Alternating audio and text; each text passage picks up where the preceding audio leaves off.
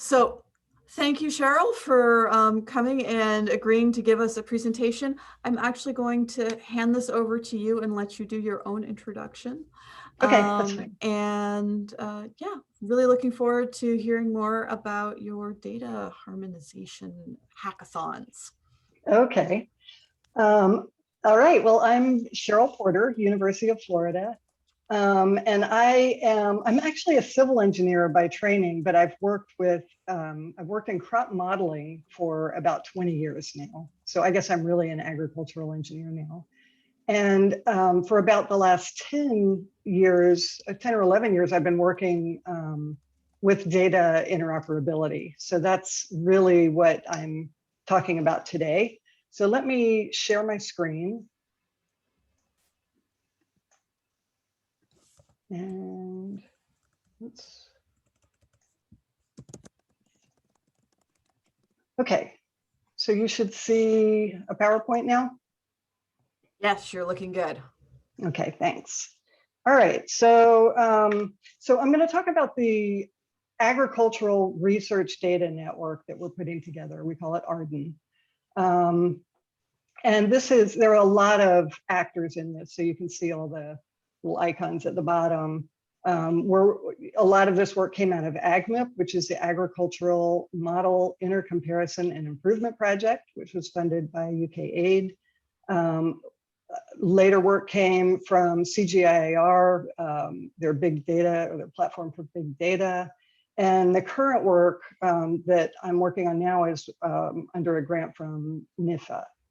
And we're partnering with the USDA National Agricultural Library for that.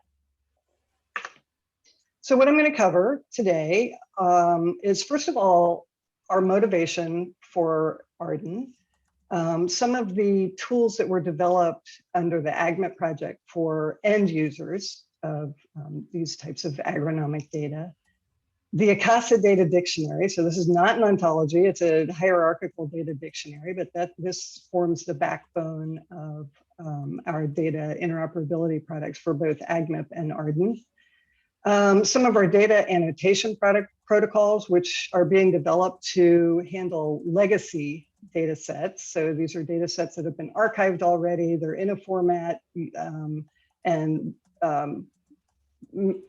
probably behind a DOI, and you really can't change the raw data format, but we can annotate them such that they can be interpreted in an automated way. And then finally, we can look at the way that we run some of our hackathons to build these tools. And if at any time you have a question, please feel free. I think this is a small informal group, so feel free to ask a question as it goes, and I'll ask Kathy to look for hands up or whatever, and you can let me know if it's something I'm going to cover later or something that takes a lot of discussion. I might defer it till the end, but otherwise, just feel free to ask. I'll keep an eye on the chat for you. Thanks. Okay, so the problem that we're trying to address is that there's a major gap between the potential value of data that have been collected in agricultural experiments and the value that they currently have for reuse of those data.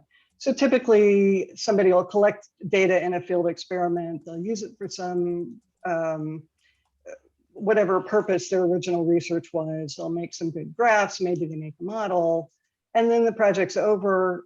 If it's been mandated, they may archive their data, but that's it. And it's very difficult to gain value out of those data sets. I'm probably preaching to the choir here. But so what we feel like that these legacy data sets have a lot of value. And not just legacy data sets, there are ways of annotating data as you're collecting it as well. And that these data could have a lot more value if they could be combined with other data sets from different locations across a number of years, different types of genetics, different management conditions, and that we can mine those data as a research product. So that's our goal here. So we're working, in the fair data realm, we're working in this interoperable and reusable areas. So the idea is to bridge the gap between a supply of data on one side from various diverse sources and a demand for those data on the other hand for modeling, analytics, and all sorts of other types of quantitative analyses. And some of the challenges are that the data are in different formats, they have different schemas, they're in different physical locations.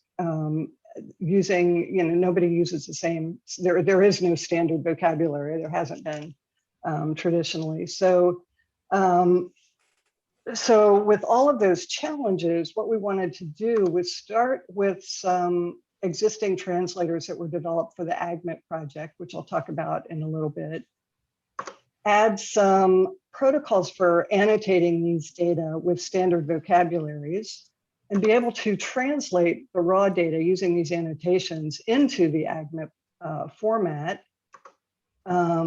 which is this one, and add some additional translators that are useful to end users. So this is the approach we're taking with ARDN, building on what was already done for AgMIP. So Cheryl, Sumit has a question in the chat about reusable AI or transfer learning models. Are those in scope for this project, or is that sort of on the wish list? Yeah, that's a great question.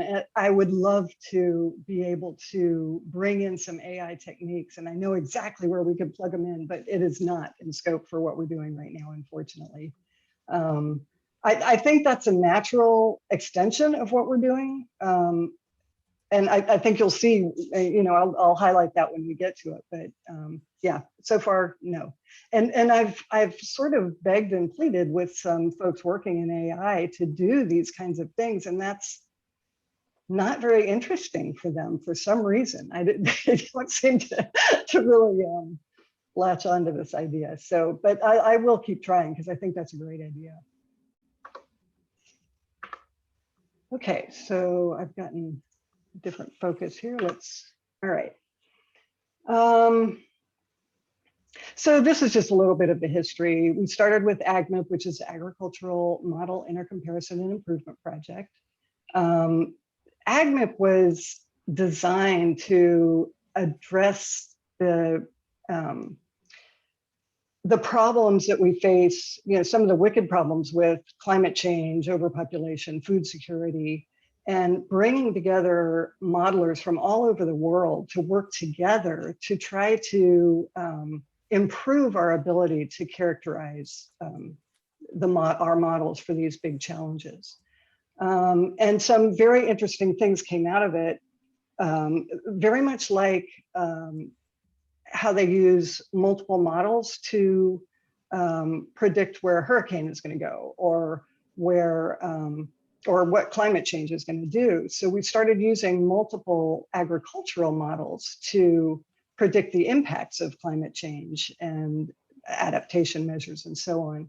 And oddly enough, we find out that the mean of all the models is often a better predictor than any single model over a range of environments. So anyway, that I could talk all day about AgMIP, but some of these protocols that I'm going to present today came out of those ensemble crop modeling activities. And then from there, we worked with the CGIAR system. So these are the big international agricultural research centers. There's 15 of them, or there were, they're consolidating now. But they have a program called the Big Data Platform. And as part of that, they've got a data portal called GARDIAN. And much the way we're doing with the National Agricultural Library now, they wanted to annotate legacy data such that they could be made interoperable. So we did a lot of the work with them on some of the early annotation protocols. We've extended those annotation protocols with the National Agricultural Library and their portal, Ag Data Commons. And finally, the International Fertilizer Development Center has adopted these protocols and is now starting to co-develop them with us and add to them. So what we're working with is agronomic research data. So these are primarily field crop experiments, also some farm survey data, also other types of data such as weather and soils data, but all related to these agronomic research activities. They're typically point-based data, meaning that they're associated with a single point on Earth as opposed to aggregated data for a larger area. These are quantitative data that are useful for modeling and data analytics. And they often have the associated soils and weather data to describe the environment that the crops are growing in. But even though we've got this fairly narrow domain, I think that the methods and the protocols and the software that we're using could be implemented pretty easily in other domains. I've added this, just add your vocabulary and stir. It's not quite that easy, but you know, the idea is that the same types of techniques could be used elsewhere.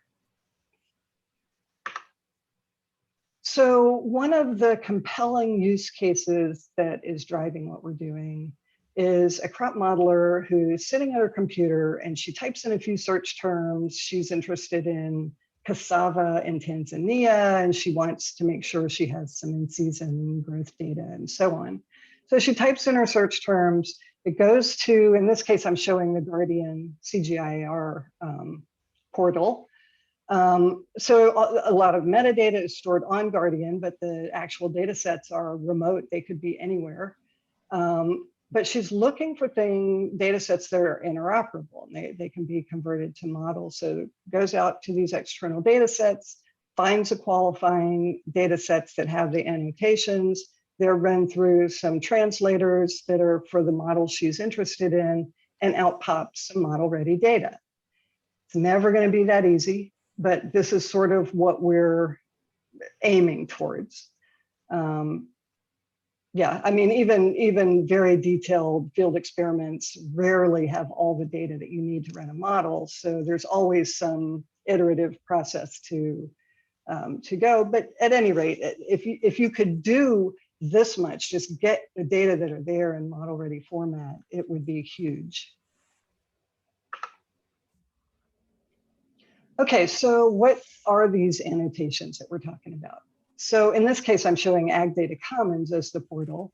So on Ag Data Commons, they have their core metadata that any data set on Ag Data Commons has to meet these minimum metadata standards. In addition to those core metadata on Ag Data Commons that allows the data sets to be discovered and accessed, there are these 3 sidecar files. So sidecar file 1 is just sort of a mapping of variable names to ontologies. So through a semantic web search, you can see that certain areas are covered in this data set. But you can't necessarily translate the data to any useful format, but you know that the data are there. Sidecar file 2 is the real, this is what we call the roadmap for translation to AgMIP format. So the data set is annotated in a very detailed way that allows a translator to take that raw data, take this annotation, and completely translate that data to AgMIP format. And from AgMIP format, we can go to all these end user formats. The nice thing about the sidecar file too is that you have many data sets. If you have many data sets that have the same format, they can all be translated in the same way, right? So now you have this template, and you, if a given organization wants to always use that template, they don't have to remap it every time. So in that way, you could go from any format to AgMIP, and from AgMIP to end user formats. Sidecar file 3 has some searchable index data that allows for fast, complex searching of these data sets without actually going out to these remote databases or repositories, accessing the data, figuring out what's in there, and then bringing it back. That would never work in a fast search. So this actually extracts a subset of the data, and allows searching over ranges of selected variables to occur. So I'll get into what all these look like. At any point, we can drill down deeper. If there's something here that really interests you and you want to hear more about, I can go deeper into it. Then so Sumit has another question in the chat. Okay. Do you want to unmute Sumit and ask it? Yeah. So stack the spatio-temporal asset categorization, I think, that spec's being used by Radiant Earth Foundation and increasingly, more folks who are trying to have metadata standard for geospatial data. So I don't know if there's any relation of that here, or you guys have your own. Or... No. In fact, the geospatial data is super simple. Everything has a latitude and a longitude, period. Right. So it's we're not dealing with large areas. We're not dealing with aggregated data. So we really do handle the geospatial in a very simplistic way. Okay. So yeah. Thank you. Do you also have sort of layer depth? Are any of this data layer resolved, or is all just surface grab characterizations? Soil data is at depth in soil layers. Some of the weather data is in various layers as well.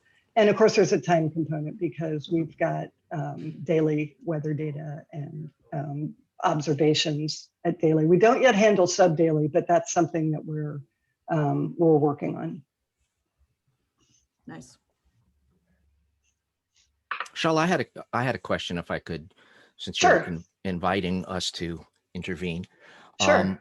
You mentioned earlier, I thought you said a lot of your data is point data, but I tend to think of agricultural data as a lot of field level data, which actually, does have a, sort of a spatial manifestation and a, like here's 100 hectares of corn, and next to that is 2,000 hectares of soy or stuff like that. So could you clarify a little bit the type of data that is in the Ag Data Commons? Yeah, so you can collect the data at any scale, and as a matter of fact, we are working with some high throughput phenotyping data from the ARPA-E Terra project. And it's at a very fine resolution. So in a field, you may have 1,000 points, but they're still all geo-referenced using a lat long. Gotcha. So like cropscape type of data, Yes. is not part of this then? It could be, but it's still, so we're not, so the soil data that comes in polygons, I guess, once it's digitized, right? We don't necessarily deal with that. We're specifically interested in, say, plots of data that are associated with lat longs. And you can, in precision agriculture, you can have many, many of these in a field, each associated with a different soil. Yeah, and that's it's a little like pedants then in the soil science field, but I work with a database called Sergo, which generalizes a lot of those to specific soil types. And then in my project, we're trying to then associate soil types with different levels of agricultural, productivity for different types of crops, for instance. And so typically what you would do there is you'd have your Sergo map. Well, ideally you're going to have on the field maps, not generalized soils from Sergo, but actual measurements from your field. But if you didn't, you could drill down to the point on the Sergo map and take the characteristics from that particular soil type. Right. So you're really talking about fine scale precision agriculture here. Well, it might be precision ag, or it might be that we're just generalizing and assuming that a whole field has the same characteristics, right? So it can be done either way. And typically that's what's done. In my experience, it's mainly you take a field and you do a few soil samples, but you're assuming that the whole field acts in the same way. That's not always a good assumption, but a lot of times that's what's done. And then I had one other quick question with your sidecar number 1, the data set variables mapped to ontologies. That's really similar to what my group is doing on data 1. And I'm wondering how are you then exposing those maps in a semantically interoperable way, like for instance in a graph triple store? You know, no, not at all. These are done at the metadata level. So you've got your data, you've got, you know, if the data are in nice, neat columns, you'll have column headers. Those column headers are mapped to terms. And so it's not each variable, it's not each individual piece of data, each value that's triple stored. So it's done in a little bit superficial way, but it's also, you know, we're kind of taking the stance that most of these legacy data sets are sitting out there with a DOI behind them, and we're not going to necessarily bring them in and completely reformat them. Right. We just want to provide these annotations. We want to make them discoverable and interoperable, but we're not going to, you know, open them up in a triple store. Now the CGIAR is doing things in a different way. So the work they're doing, they are going to actually bring data into their semantically enriched data pool. I can't describe what that looks like because I don't know. I haven't seen it, but that's their plan. Great. And that would be Elizabeth, Arnaud, and yeah, Meta, those guys. Yeah, yep, absolutely. Okay. Yep. Thanks. Sumit also has her hand up. Oh, okay. Just a quick follow-up on the point data. We heard from some folks who are doing, you know, satellite-based, like everybody is, soil carbon estimation using satellite images, et cetera. So they actually did say that they want the exact point, the real point, right? Not an estimation. So assume the data you have is actually at least capturing, you know, the precise latitude, longitude where it was captured. That's the idea. Yeah, that's the hope. Okay. That's the idealized hope. Yes.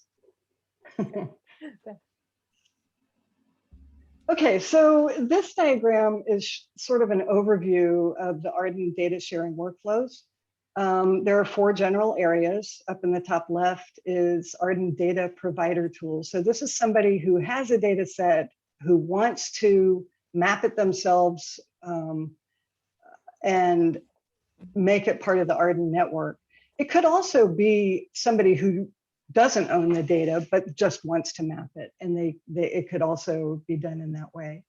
So in this case, well, I've got another slide that shows this data annotation tool called VMapper, which the output is that sidecar file 2 that I talked about that is sort of the roadmap for translation. And then moving to the right, we've got some translators that take that into this is the AgMIP format. It's the AgMIP crop experiment binary, so base B. And then from that's sort of the hub format for this whole system. And from that format, we've got some AgMIP translators that take us to these different crop model formats. We've got tabular data for analytics. The raw JSON data can be used for analytics as well. And we have a lot more crop models that I haven't shown here. And then there are, in this lower box is the search and discovery tools, which would be the ontology mapper. This is actually being developed at CGIAR for their GARDIAN platform, which provides that semantic linkage. And to answer your question, Mark, I think that you know, they're going beyond just a semantic linkage and into that semantically enriched data pool. Thanks. And then there's a sidecar 3 extractor, which brings that the index data and the summary data into the sidecar file 3. So the annotations are here, the sidecar file 1, sidecar file 2, and sidecar file 3. And then, so I will start at the data end user side of this diagram, which was developed primarily by AgMIP for multi-model activities. So yeah, so this diagram on the right shows a little bit the hub and spoke concept, where we've got the AgMIP ACE-B harmonized format in the middle. We've got data coming in from various sources and going out to various sinks, or the model formats. And we also have a way of applying assumptions, because I think I said before, even with a very detailed field experiment, you might not have every piece of information you need to parameterize your models. And so we allow this separate data stream.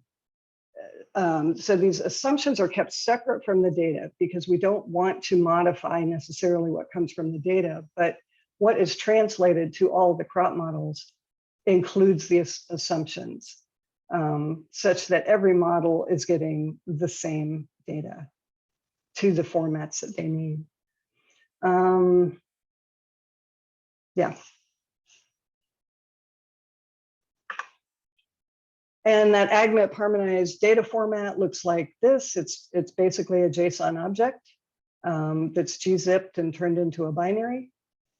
The key value pairs in the JSON object correspond to, the keys correspond to ICASA variables, which I'll talk a little bit about later.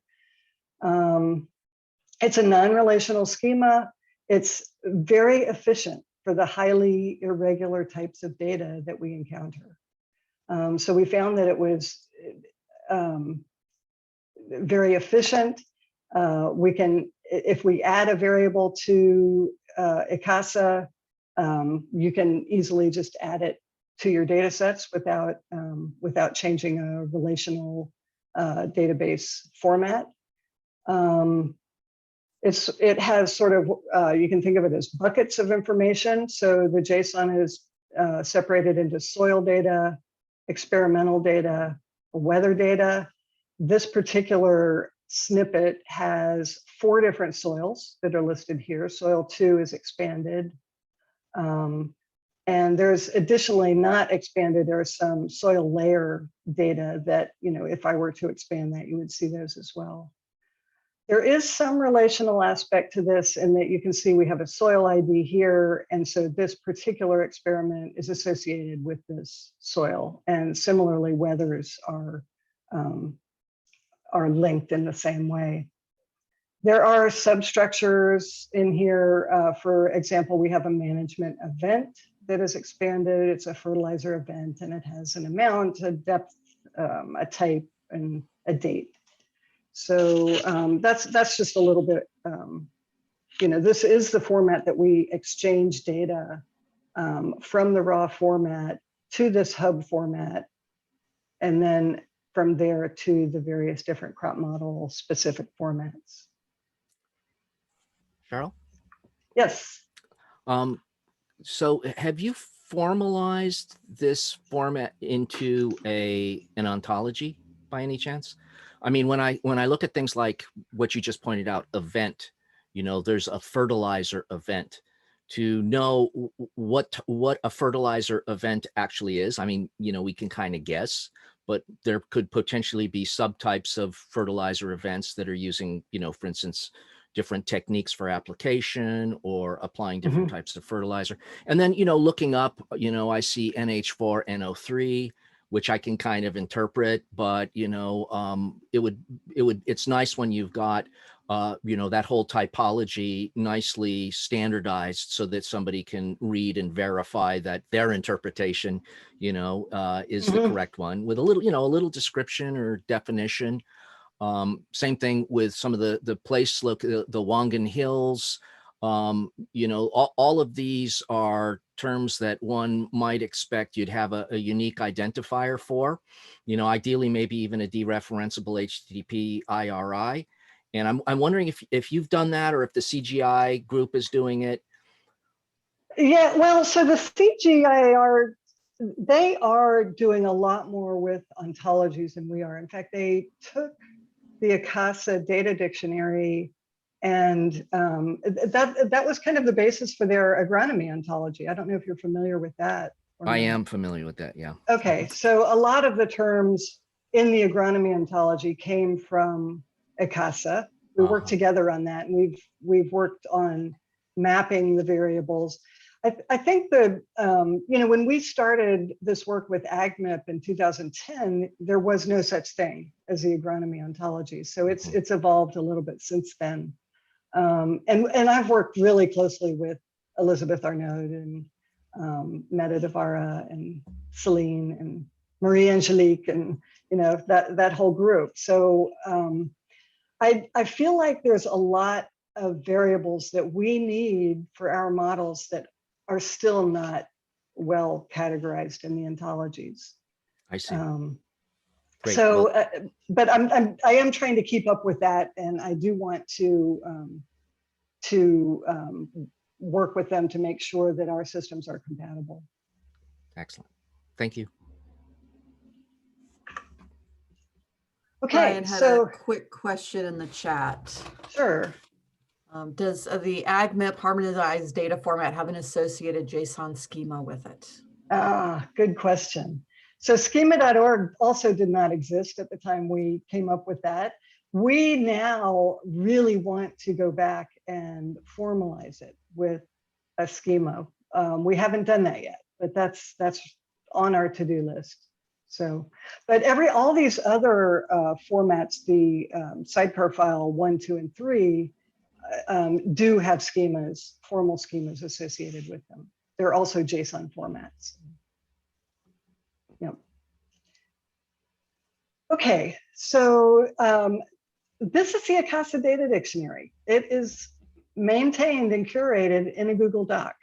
And so this shows a snippet of some of the soil data that we have in there. And if you're interested, I can open up the Google Doc and we can explore it. And you can see that it is a hierarchical data dictionary in that we have these structures that the data consist in. So this particular clay or soil clay fraction has a short name, it has a definition and a unit, and it belongs to soils, soil profiles, soil profile, and then soil profile layers. So it does have this sort of structure within it, although it's far from an ontology. So how do you define active organic carbon? Just because that's the second one on here. Soil active C. Well, we're not saying that you have to measure it with any particular. This is fuzzy. This is really fuzzy, as you know. I'm sorry, I asked a trick question. Yeah, no, but it's interesting because I've seen a lot of these developed from a measurement standpoint. So it's interesting to see one developed from a modeling standpoint and to notice the differences between the two. I'm sorry, that was a comment, not a question. Well, our models use these pools. They do. Of carbon, they really do. And getting at those data is really difficult because there aren't precise measurements for each one. So it's difficult. And a lot of times it's an iterative process to get it right. And we'll do a spin up and try to, match measured values. But it's definitely a difficult process. Okay, so we can come back to this later. So the goal behind the ICASA standards, and this document on the right just is to show that these standards began being developed back in the early 80s. And so, long before I got involved in this work, but the idea was to provide a comprehensive documentation for field crop experiments. Okay, so to describe all the variables associated with field crop experiments and to give realistic conditions for dynamic simulations. So there's a lot, 30 plus years of experience into these, documenting the environment, including boundary conditions with initial soil, daily weather, documentation of management, and documentation of measurements and observations that are made in the field on plant, soil, and energy balance, and other types of measurements. Okay, so now I'm going to shift gears a little bit and go into the data provider side of things. Okay, so this is a screenshot of VMapper, which is an app that was developed specifically to help people take their data from spreadsheets or CSV or tab delimited, but regular table type data, and map it to ICASA variables. And so it's interactive. The user is defining each header of the column one by one. They define where in the sheet data exists, which sheets of a multiple sheet spreadsheet are important. They define their units. And as long as the units are dimensionally similar, they can be converted. So if you're trying to map to an ICASA variable that is in meters per second and your data is in furlongs per fortnight, it's dimensionally similar and it will be able to translate that. I think it'll do furlongs and fortnights. I'm not sure actually, but it'll definitely do feet per hour or whatever to meters per second. It allows multi-table relational linkages. It will actually detect the linkages, but a user can go in and modify those. You can combine variables to create new variables. You can define new variables, although if you define your own variable, it's not going to be recognized by the end user translators. You can define your own conversions. So when you're doing things like, in the US, a lot of measurements are made in bushels per acre. Well, bushels is a volume and the weight of a bushel depends on the crop. So there's not a single conversion for that, but you can go in and define it for VMapper yourself. And this is the product of VMapper, is this sidecar file 2. So it's basically a JSON, tells you where in the sheet your data are. This particular one was a very simple single sheet that had no relational linkages. So that block is empty, that's here. But the heart of it is that, the column 17 has a column header of physiologic maturity DAT, and that's mapped to MDAT, ICASA variable, and the unit is a date. And it will recognize, this was an Excel format, so it recognizes that the format was Excel. It recognizes an Excel date. So that's just an example. It's not meant to be human readable. It's meant to be used for this automated translation. And then when we get into the search and discovery tools, we've got the sidecar 3 extractor and the ontology mapper. This ontology mapper, again, that's not something that UF is doing. That's being done at the CG centers. We are working on a sidecar 3 extractor. So sidecar file 1, this has the linkages to data. And again, it's not detailed enough to do a full translation. We don't have translators that work with these ontological terms, but it does provide a certain element of being able to discover these data semantically. And sidecar file 3 has 3 parts. There's the indexing part. So these are unique values of selected variables such that you can search along a range for specific values of variables. The second part is extracted data. So this is a regular tab delimited table of, it's going to have exactly the same variables in every sidecar file 3 for every data set, such that you could take this table, mash them all together and have a super data set just from these extracted data. And the third part is some summary statistics for the same selected variables. Okay, so I was going to move on to the hackathons. And I think we must, because wow, it's already 10 minutes till we're supposed to finish. Wow, this went quick.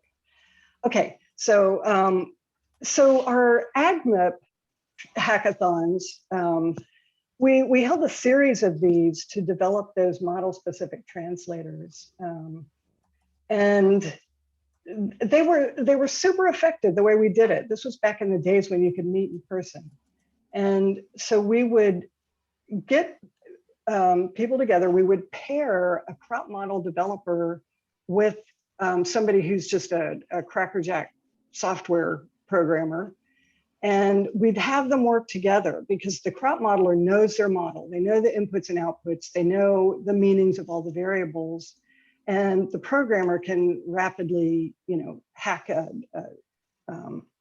piece of software together. And so in a week, Monday through Friday, we could put together a full translator. I mean, it wasn't 100% done, but it was functional. So it was a very intensive week, but extremely productive. And so we had several of these and produced 13 parts of 13 different translators for 13 crop models over a couple-year period. Fed them a lot of coffee, a lot of chocolate. People were very productive and happy. Cheryl, could you clarify that the translators, are they translating formats between some of these established models?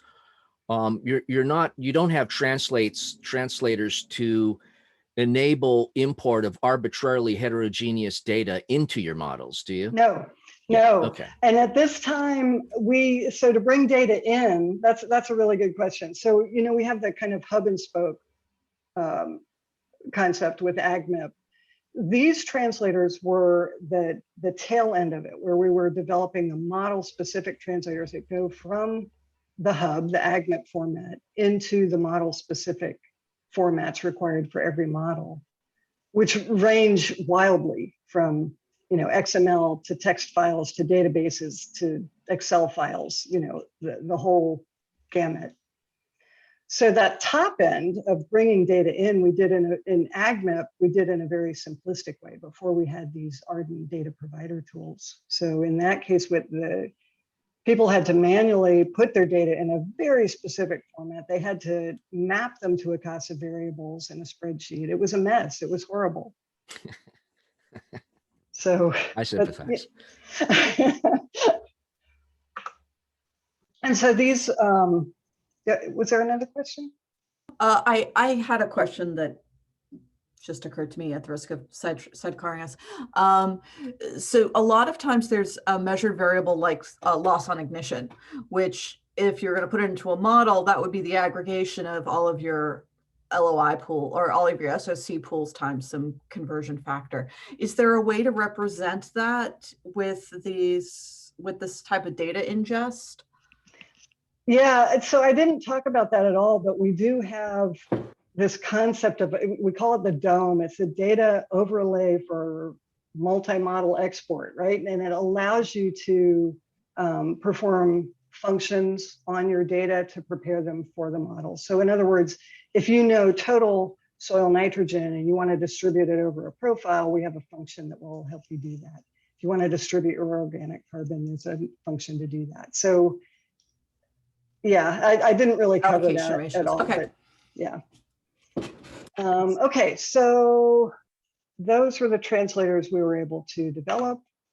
And now we're into ARDN, where we're dealing with data. We're using these data tools with data providers. And we're also in the age of COVID. So our modern data hackathons look more like this, and not nearly as much fun, no chocolate, no caffeine. But they're still pretty productive. And we started out trying to do this in a week-long format, and that is wrong to do with on Zoom. You can't do it. And so we were, we had originally planned on having every 6 months we'd have an in-person. And that turned into our first one being a Zoom, a full week on Zoom. Wrong, don't ever try that. So we went instead to a once a month.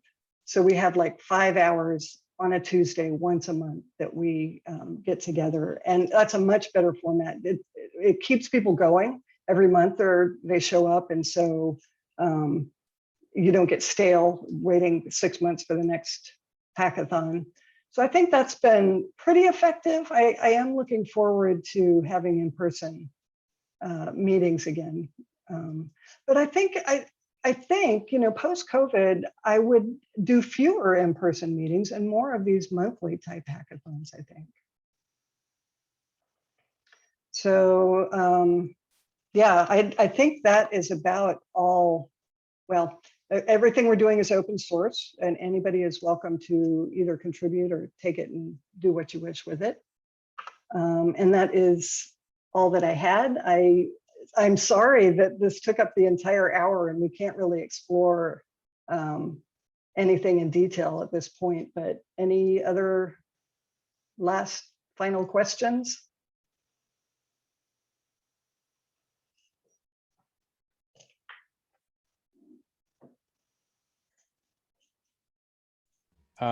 Just a quick one. You mentioned that it's all open source. I'm wondering if you have like a GitHub organization you can Yes. visit. Yes. So was that up there and I missed it? Sorry. No, it was not up. I don't think it was up there, but it's all github.com/AgMIP. You will find all of this stuff, including the website for ARDN, which is also kept on GitHub. So it's a GitHub IO.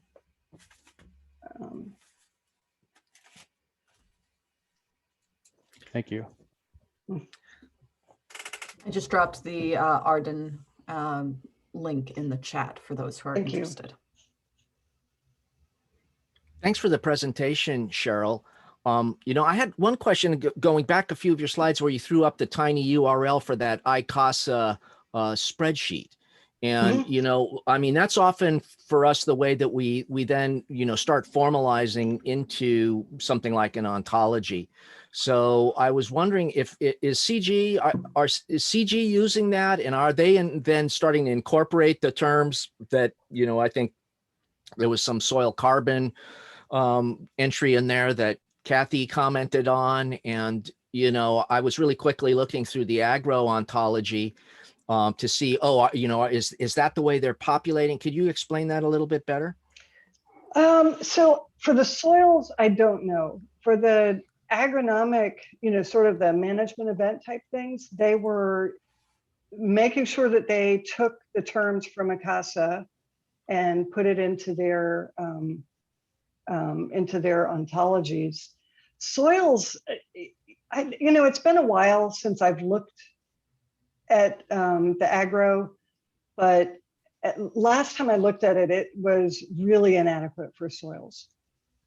So I don't know what the current status of it is, or whether they have incorporated more of these terms. Yeah, I was just looking at it as you were speaking, and a lot of the soil terms are from ENVO, the environment ontology, and I see Pierre, as a contributor to agro as well. So there's some, beneficial collaboration going on there because Pierre is a really good knowledge modeler. Yeah, and they're all about not reinventing something that already exists. So yeah, I know they are trying to borrow from other ontologies where it's appropriate. And do you know, are there ties between that and AgriVoc, FAO's AgriVoc? Not yet, but I heard a talk this morning where Pierluigi was talking about connecting ENVO with AgriVoc. So I haven't, and he did specifically mention the agronomy ontology in that talk. So yeah. Okay. All right. So we are Thanks. at the top of the hour, so I'm going to thank everyone for their time and stop the recording now, and I'll keep the room open for however long people want to hang out and continue chatting.